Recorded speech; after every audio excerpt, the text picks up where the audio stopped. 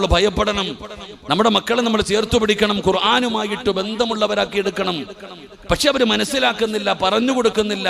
എത്ര പറഞ്ഞു കൊടുത്തിട്ടും അവർക്ക് തിരിയുന്നില്ല. ആ തിരിയാത്തതിന്റെ കാരണം ഈ ഖുർആനിന് കൊടുക്കേണ്ട പരിഗണന കൊടുക്കാത്തത് കൊണ്ടാ. നിസ്സാരമാക്കുന്നു. ഓതുന്ന ഉമ്മ ഖുർആൻ ഓതുമ്പോ ഒളുവെടുക്കണം, ഒളുവോടുകൂടി വേണം ഖുർആൻ ഓതാൻ. കിബിലയുടെ നേരെ ഇരുന്നിട്ട് വേണം ഖുർആൻ ഓതാൻ. ആ ഖുർആൻ ഓതുന്നതിന്റെ ഇടയിൽ സംസാരിച്ച കിട്ടുന്ന ശിക്ഷ അറിയോ? ഖുർആൻ ഓതുന്നതിന്റെ ഇടയിൽ സംസാരിക്കുന്നവന്റെ 40 ദിവസത്തെ അമല് നഷ്ടപ്പെട്ടു പോകുമെന്ന അത്രയ്ക്കും ബഹുമാനം കൊടുക്കണം ഖുർആൻ ഓതുമ്പോ. അത് മാത്രമല്ല, ഖുർആൻ അത് അല്ലാഹുവിന്റെ കലാമ. ലൗ അൻസൽനാ ഹാദൽ ഖുർആന അലാ ജബലിൽ ലറഅയ്തഹു ഖാശിഅൻ മുതസദ്ദിയൻ മിൻ ഖശിയത്തില്ലാ.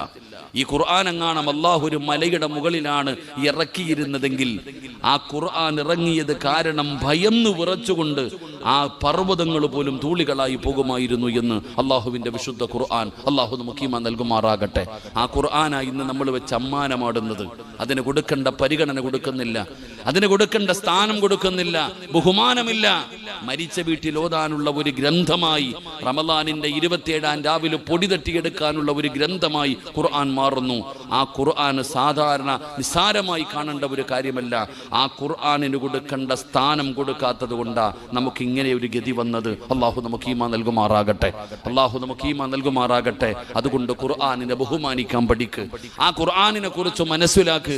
ആ ഖുർആനിനെ കുറിച്ച് മനസ്സിലാക്ക്. അതുകൊണ്ട് എൻ്റെ പ്രിയപ്പെട്ട സഹോദരങ്ങളെ, ആ ഖുർആൻ അല്ലാഹുവിന്റെ കലാമ. അല്ലാഹു നമുക്കതിനെ ബഹുമാനിക്കാൻ ഭാഗ്യം തരുമാറാകട്ടെ. അല്ലാഹു ബഹുമാനിക്കാൻ ഭാഗ്യം തരുമാറാകട്ടെ. ഉറക്ക